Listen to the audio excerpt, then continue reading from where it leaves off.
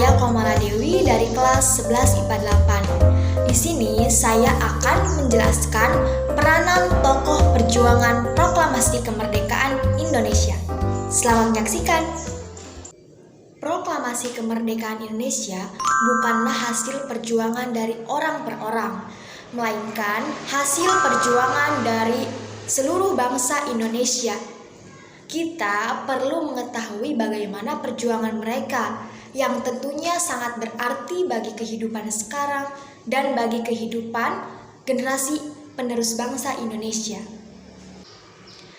Dengan kita tahu bagaimana mereka berjuang, itu akan memberikan inspirasi kepada kita untuk menghargai mereka dan mendorong kita supaya lebih giat dalam mempertahankan dan mengisi kemerdekaan bangsa Indonesia.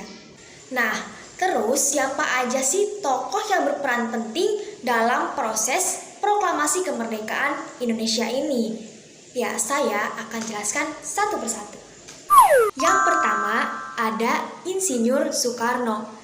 Insinyur Soekarno atau bisa disebut Bung Karno lahir pada tanggal 6 Juni 1901 di Surabaya. Beliau sudah mulai aktif mengikuti berbagai pergerakan sejak beliau menjadi mahasiswa di Bandung.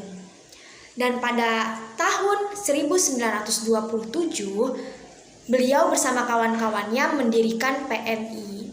Kemudian pada zaman Jepang, beliau pernah menjabat sebagai Ketua Putra, Cho Sang-in, dan PPKI. Beliau pun pernah menjadi anggota dari BPUPKI. Nah, Bung Karno ini merupakan tokoh penting di Indonesia. Pada saat Jepang akan memberikan kemerdekaan kepada bangsa Indonesia, golongan muda mendesak Soekarno dan Muhammad Hatta untuk mempercepat proklamasi kemerdekaan bangsa Indonesia. Sampai akhirnya Bung Karno dan Bung Hatta ini diasingkan ke Rengas Dengklok.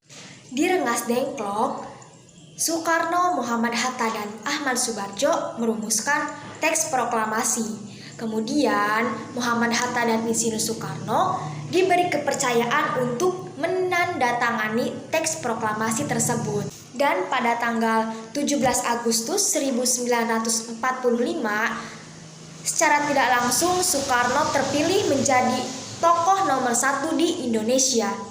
Beliau pun diberi kepercayaan untuk membacakan teks proklamasi sebagai pernyataan Indonesia telah merdeka pada saat itu. Nah, oleh karena itulah Insinyur Soekarno disebut sebagai pahlawan proklamator. Gimana? Jelaskan mengenai peran penting Soekarno dalam proses proklamasi kemerdekaan Indonesia. Nah, nilai-nilai dari perjuangan Bung Karno yang dapat saya ambil, yang pertama itu adalah kejujuran dan sikap objektif dari Bung Karno. Yang kedua yaitu sikap yang komitmen terhadap nasib rakyat. Yang ketiga yaitu sikap berani yang patut diwarisi dan diaktualisasikan oleh para generasi penerus bangsa. Dan yang keempat yaitu sikap kebangsaan, kerakyatan, dan kemandirian dari Bung Karno. Tokoh yang kedua itu ada Dr. Andes Muhammad Hatta. Beliau lahir di Bukit Tinggi pada tanggal 12 Agustus 1902. Beliau menjadi salah seorang pemimpin dan ketua Perhimpunan Indonesia di negeri Belanda. Pada masa kependudukan Jepang, beliau menjadi salah seorang pemimpin putra dan anggota BPUPKI serta pernah menjadi wakil ketua dari PPKI.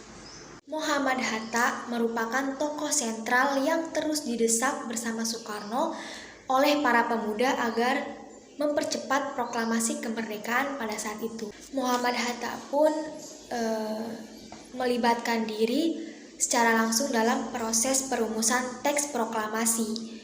Beliau bersama Soekarno menandatangani teks tersebut. Dan pada peristiwa detik-detik proklamasi, Muhammad Hatta menjadi tokoh nomor 2 untuk mendampingi Soekarno membacakan teks proklamasi kemerdekaan Indonesia. Maka dari itulah Muhammad Hatta pun disebut-sebut sebagai pahlawan proklamator Indonesia.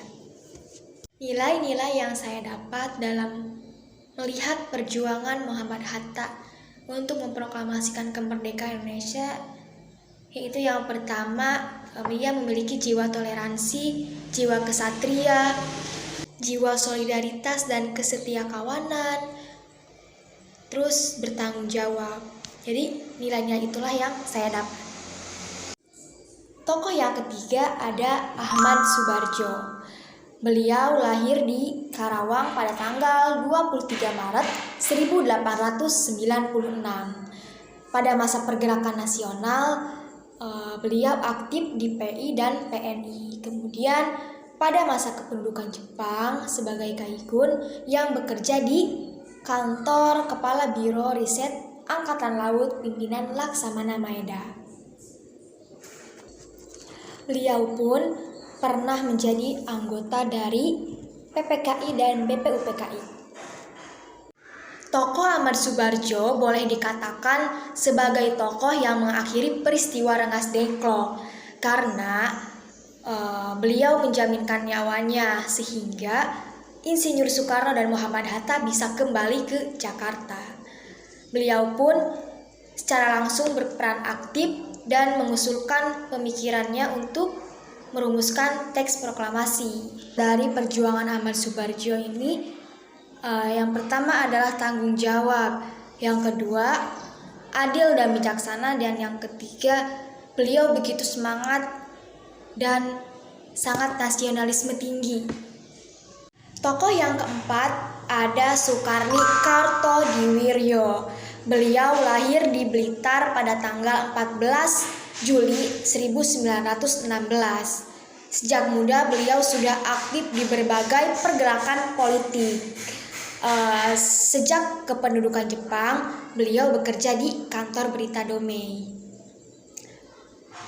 Ia pun aktif di berbagai kegiatan pemuda. Bahkan ia menjadi pemimpin dalam gerakan pemuda yang berpusat di asrama pemuda Angkatan Baru di Menteng 31 Jakarta. Soekarni ini adalah tokoh yang mempelopori penculikan Soekarno dan Muhammad Hatta ke Rengas Dengklok. Beliau juga yang mengusulkan agar teks proklamasi ditandatangani oleh Bung Karno dan Bung Hatta. Beliau juga yang memimpin perkumpulan untuk membahas strategi penyebarluasan teks proklamasi dan berita proklamasi ini. Nilai-nilai yang bisa diambil dalam perjuangan Soekarni ini, yang pertama adalah keberaniannya, yang kedua sifat rela berkorbannya, sikap disiplin, dan ia sangat bertanggung jawab. Tokoh selanjutnya adalah Sayuti Melik. Beliau lahir pada tanggal 25 November 1908. Ia telah menyaksikan perumusan teks proklamasi yang dilaksanakan di ruang makan Laksamana Maeda. Akhirnya beliau dipercayai untuk mengetik teks proklamasi yang akan dibacakan oleh Soekarno pada saat proklamasi kemerdekaan. Nilai yang bisa diambil dari perjuangan Sayuti Melik ini adalah beliau memiliki rasa nasionalisme yang tinggi, berpendirian teguh dan bertanggung jawab. Tokoh selanjutnya adalah Burhanuddin Muhammadiyah. Beliau lahir di Kota Raja pada tanggal 7 April 1917. Ia adalah salah seorang pemuda yang ikut menyaksikan perumusan teks proklamasi. Beliau pun berperan untuk menyebarluaskan berita proklamasi ke seluruh Nusantara. Nilai yang dapat diambil dari perjuangan Burhanuddin Muhammadiyah ini adalah tanggung jawabnya, kesigapan, dan kepekaannya. Contohnya seperti pada saat setelah peristiwa proklamasi, di mana teks proklamasi itu dibuang, dan dengan kesigapan dari Burhanuddin Muhammadiyah ini, beliau mengambil dan menyimpannya hingga bisa dikenang sampai saat ini. Tokoh selanjutnya yaitu ada Latif Hendraningrat. Latif Hendraningrat ini merupakan salah seorang komandan peta.